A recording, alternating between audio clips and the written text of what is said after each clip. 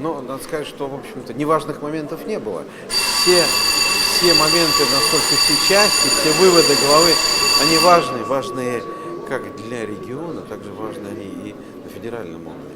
Ну, для региона были очень важные те поставленные задачи, которые в первую очередь и претворение выполнения указов президента, задачи, которые президент ставил перед выступлением на федеральном собрании.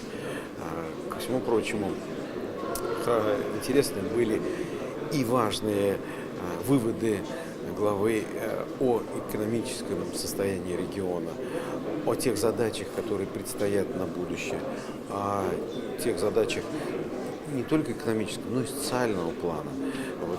Для себя я хотел сказать, что выводы, например, тех задач, которые на федеральном уровне, это о том, чтобы республика вошла в выполнение федеральной программы по повышению уровня сельского хозяйства, федеральная программа по северным городам, по освоению Арктики.